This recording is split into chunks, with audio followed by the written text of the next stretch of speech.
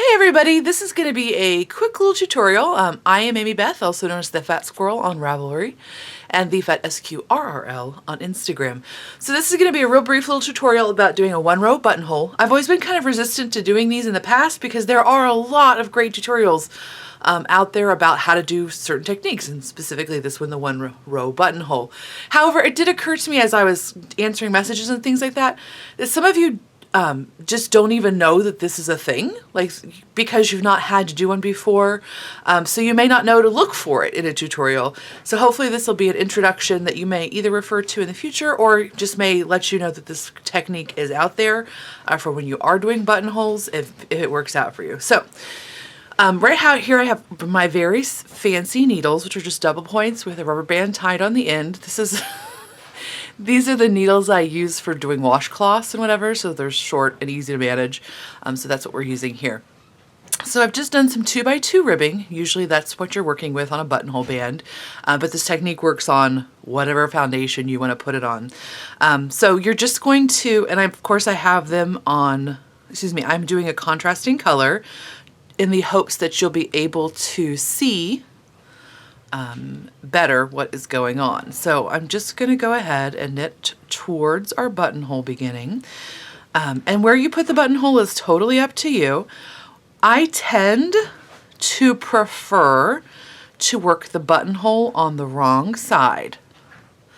That's preference. But I do prefer to work it on the wrong side. I'll show you both sides so you can kind of get an idea. And I'll do one where I both start on a knit stitch and one where I start on a purl stitch, and hopefully that will give you good information there as well. So right now what I'm going to do is zoom in a little bit and take this ball of yarn out of the way. I do not have fancy manicures, so, you know, settle with your faces. But here we go. So what we're going to do is we're going to knit to where we want the buttonhole to begin. So in my case, what I've decided to do, for example, is to do a four stitch buttonhole. So I'm going to basically be working on these right here. I tend to like to center them. If it's a four, like I prefer to center it this way versus doing like these 4 stitches. But that's really about personal preference. And I would certainly side with having the buttons placed in a way that you like them placed versus whether or not they're starting in the middle of a rib or on the edge of the rib. Because ultimately, any kind of finickiness that I like in terms of like working it on the wrong side or centering over stitches, ultimately it really mostly matters to the knitter. It's only something you're going to notice at a very close range, which is not going to be most folks. So these are just kind of personal preferences.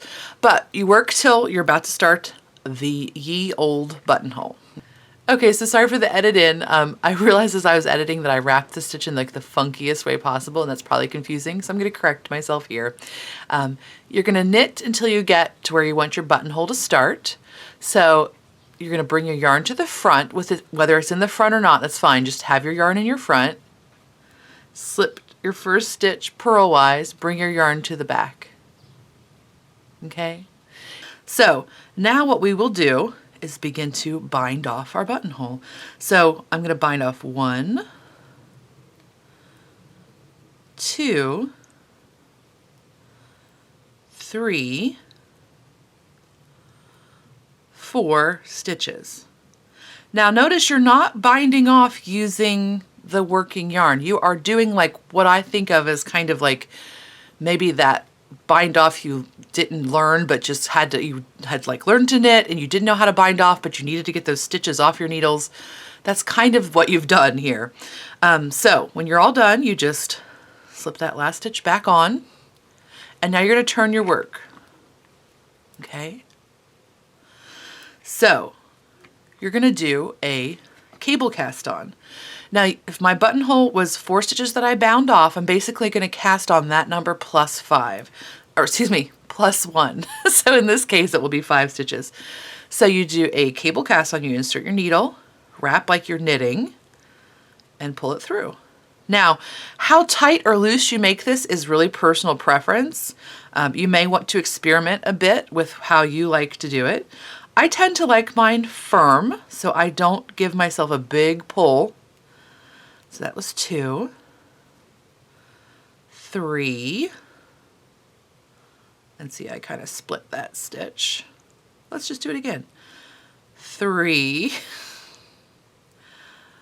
4, and on the last one, so this is 5, on the last one, before I put it back on the left needle, I'm going to bring this yarn to the front and then put it back on, okay? And at that point, you can kind of snug it up or whatever you need to do. You turn your yarn, you turn your work. You are going to slip this stitch knitwise. So everything else we've slipped has been purlwise, but this one we're going to slip knitwise, and we are going to bring that 5th cast on stitch over, okay? So that is your buttonhole. Okay, apologize for that, life happened.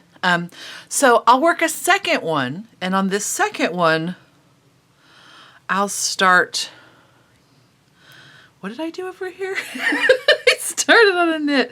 So this one I'll start on a purl, okay? So again, yarn, you bring the yarn to the front. It happens to already be in the front, but you bring it to the front, you slip your stitch purlwise, you bring your yarn to the back, okay? And then you begin binding off. So 1,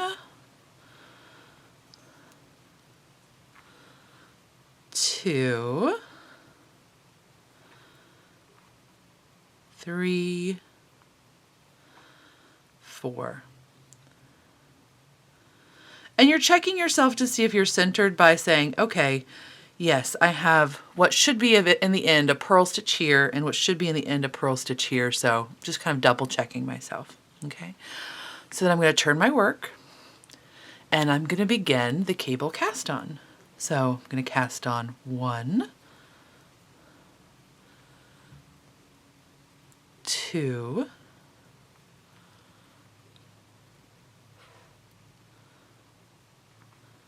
3, 4. Remember the number of stitches you've bound off plus 1. Before you put that last stitch on there, bring your yarn to the front, put the stitch on there, and now you're ready to turn your work. And you do that to lock that stitch in place. You'll know if when you turn it, if you've forgotten to do that, you'll realize because it'll feel weird. Okay, so now this is the only stitch I slip knitwise. If you forget, totally okay. You might just have it feel a little bit funky when you knit over it, but it's not going to be the end of the world by any stretch of the imagination. But this one is the one you slip knitwise, and you bring that stitch over. Okay, and that's your buttonhole. So now what I'm going to do is work, whoops, awkwardly so that we can see what these dudes look like on the other side of the work. Now, typically what I do when I'm trying to determine how many stitches my buttonhole is, I'll only work, for example, to that last stitch, I might work one more, and then I'll immediately turn and work back over, just to see. Now, you can technically tell right now whether, you know, that's going to be a good fit for your button or not.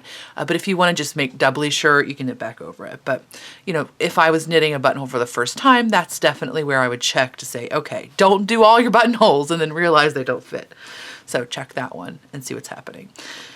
So then you're just going to work over them like you normally would. You've done your buttonhole. You're completely done now.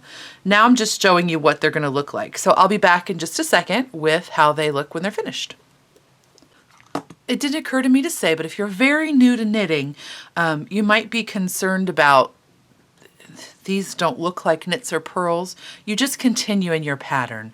So purl 2, knit 2, just keep going. You won't have any extra stitches because of the way we worked the buttonhole. So if something happens and you're off when you get back onto like solid ground, so if I get here and I realize I'm off, then I've done something funky with my buttonhole, and you'll either need to work it, rework it, or just make it work. Go back and you may need to decrease a stitch or something like that. So if you're newer to knitting and that makes you uncomfortable, you're just working it in pattern back over top. Okay, so let's look now at the finished buttonholes. Now, this for me, this is the side of the work that was facing me when I actually worked when I started the buttonhole, when I worked the buttonhole, okay? So this was the right side, this was the fabric side that was facing me when I worked the buttonholes. So this is the one that was centered on knit stitches. And you can see, obviously, it's a contrasting color. I did that so you would see it more strongly. But you can see that you can see those wrap stitches on the edges, okay? This is the one that started and ended on purl stitches. A little bit less, like, right, you can't, I mean, you can see it probably because of the contrasting yarn, but if it hadn't been contrasting, you could not see the wraps because of the purls. So if I were going to knit if I had to knit my buttonholes on the right side of the fabric, like if I had to knit them on the right side of the fabric because of spacing or what have you, I would try to center them this way so that I started and ended on a purl stitch, because I think it looks tidier. However, what I really prefer is to work the buttonhole on the wrong side, so of the fabric. So for example, this is the other side of the buttonhole. This is the back side of the buttonhole. Here's the one, let's see, let's go with in order. So here's the one where when I worked it, it was centered over knitted, or it was beginning and ending on the knit stitch, right? So over here, this begins and ends on a knit stitch, right? Other side, it begins and ends, of course, on the reverse, the purl. And so you don't see that wrap. The buttonhole is very nice, I think, is very nicely camouflaged. I mean, obviously it's not like you can't see it, but I think it's much more well integrated into the work. Here's the one that I had centered it this is the row that it was facing when I worked it, so it was centered on purl stitches here. Excuse me, it began and end on purl stitches here, which of course the reverse of those are stockinette. And you can see it's a little bit less lovely. The columns of stockinette are interrupted because of the wrap stitches. Doesn't look bad by any stretch of the imagination. I just, in an ideal world, prefer this. But to each their own. So if I had to choose, I would pick to work my buttonholes on the wrong side and have the correct side have them being over the reverse stockinette. That's just my preference. Really, when you're wearing it on your sweater, anybody who's that close to you to tell, they don't care. It's really just for your satisfaction as a knitter. So don't worry if that's not your jam. Just worry about getting the buttonhole the right size and placed properly on your garment. But that is satisfying looking to me. So that's a one row buttonhole. There's lots of great resources out there for you. I will say it again, every time I do a buttonhole, I have to look up how to do it. The place that I go to is Isolde Teague's one row buttonhole tutorial. It's a nice, succinct refresher. And the way it's laid out is really lovely in terms of, it's very easy. For example, if you're on a screen, I'll show it to you right now. If you're on a screen, it's very easy to get a refresher course. You're like, oh, that's right. Okay. Yeah, I got to remember to move that yarn to the front, slip the stitch, move it back. Okay. Oh yeah, no, okay, yeah. The only thing she does differently is that, for example, the buttonhole that I just worked, I call a 4-stitch buttonhole. She calls it a 5-stitch. So when she says to bind off, you bind off the number of stitches minus 1. So in this case, and that's just a difference of verbiage. It doesn't make any, but just so you know, that's a little bit different. But so it's got a great little refresher if you do forget in the future, if you're like, oh, okay, I kind of know what's going on now, just need to be refreshed. That is where I go. And again, that's Isolde Teague's Technique Thursday one row buttonholes. You can just Google Isolde one row buttonhole, it'll get you right there. So that's my preferred refresher. This yarn is by Leading In Fiber Arts. This is Black Walnut in their DK base, Dramaturge. And I don't know what the rose color is, but aren't they lovely together? Oh, look at that. Do I have a soldotna crop happening in my future? Why, yes, I think I do. It's going to involve these colors, okay? Okay. So anyway, that's all. Oop, I just shook you, I'm sorry. I hope it's helpful. Talk to you next time. Bye.